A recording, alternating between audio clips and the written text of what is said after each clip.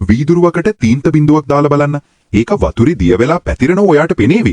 හැබැයි මුළු ජීවිත කාලෙම උත්සාහ කළත් ඒ තීන්ත ටික ආපහු එක බිඳුවකට එකතු කරන්න ඔයාට කවදාවත් බැහැ. මේ සරල නීතිය තමයි මුළු විශ්වයම සහ කාලය කියන දේ පවා සදහටම මිය යමින් පවතිනවා කියන එකට තියෙන ලොකුම විද්‍යාත්මක සාක්ෂිය. කලින් වීඩියෝ එකේදී අපි කතා කළා තව අවුරුදු බිලියන 5කින් අපේ සූර්යයා පෘථුවියව සම්පූර්ණයෙන්ම ගිල ගන්න හැටි. ඊට පස්සේ සූර්යාගේ පිටත කවචය ගැලවිලා ගිහින් පෘථුවිය තරම් ලොකු හැබැයි දියමන්ති වගේ ඝනකම සුදු පාට හරයක් විතරක් ඉතිරි වෙනවා. මේකට කියන්නේ white dwarf හෙවත් සුදු වාමන තරුවක් කියලයි.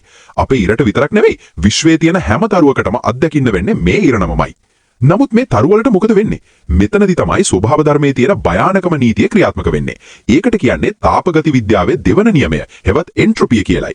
මේ විද්‍යාත්මක ක්‍රියාවලිය ඊටාම සරලයි. රස්නේ තියෙන තේ කෝප්පයක් මේසේ උඩ තිබ්බහම ඒක නිවෙනව මිසක් කවදාවත් ඉබේම ආපහු රත් වෙන්නේ නැහැ. මේකෙන් කියවෙන්නේ විශ්වයේ තියෙන ඕනෑම ශක්තියක් කාලයත් එක්ක එක තැනක ගොනු වෙලා තියෙන්නේ නැතුව හැමතැනම සමානව විසිරීලා යනවා කියන එකයි. උණුසුම සහ සීතල අතර වෙනසක් තියෙනකොට විතරයි අපිට යන්ත්‍රයක් වැඩ කරවන්න හරි ජීවයක් පවත්වා ගන්න හරි පුළුවන් වෙන්නේ.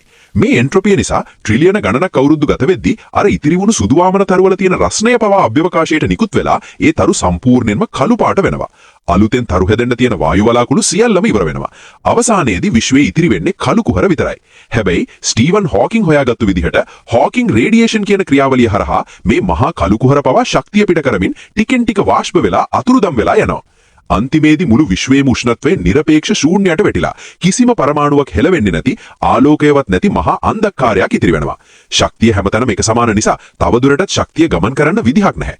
එතනින් පස්සේ කිසිම දෙයක් කිසිම තැනක සිද්ධ වෙන්නේ නැහැ. කිසිම දෙයක් සිද්ධ වෙන්නේ නැති නිසා අතීතය සහ අනාගතය කියන වෙනසක් නැති වෙනවා. ඒ කියන්නේ කාලය කියන දේ පවා එතනින් සදහටම නතර වෙනවා. මේ භයානක විද්‍යාත්මක ක්‍රියාවලියට තමයි හීට් ඩෙත් හෙවත් විශ්වයේ තාපජ මරණය කියන්නේ. ඊළඟ වීඩියෝ එකකින් අපි කතා කරන්නේ මේ මහා විනාශය වෙන්න කලින් අතිශය දියුණු වුණු අනාගත මිනිසයා ස්ට්‍රිං තියරි සහ ක්වොන්ටම් භෞතික විද්‍යාව පාවිච්චි කරලා බහු විශ්ව සංකල්පය හරහා වෙනත් විශ්වයකට පැන ගන්න හදන අතිශය සංකීර්ණ විද්‍යාත්මක මෙහෙයුම ගැනයි.